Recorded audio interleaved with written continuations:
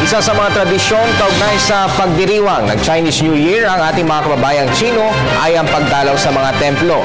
Ito upang magpasalamat sa kanilang mga natatanggap na biyaya. Nato report ni Bench Bondo.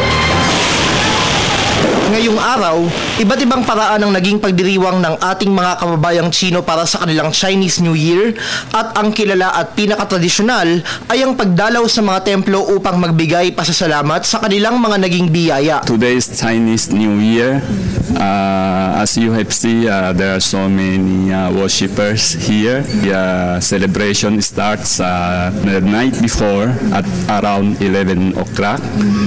Because at 11 o'clock, it's the start of Chinese New Year, January 1, the last night. So we have fireworks.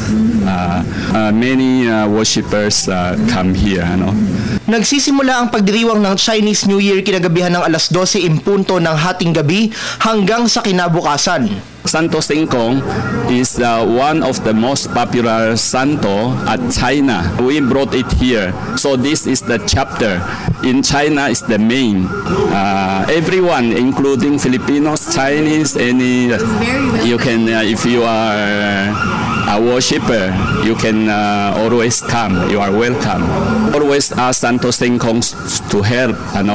You can also ask Santo Sengkong to help the prosperity of your business, the good health, the long life, and the happiness.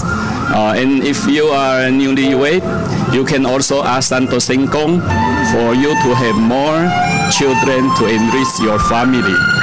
Ang selebrasyong ito ng ating mga kababayang Chino ay hindi lamang para sa pasasalamat, kundi pati na rin sa paghingi ng gabay sa buong taon, di lamang para sa kanilang mga negosyo, kalusugan, kundi pati na rin sa kanilang buong pamilya.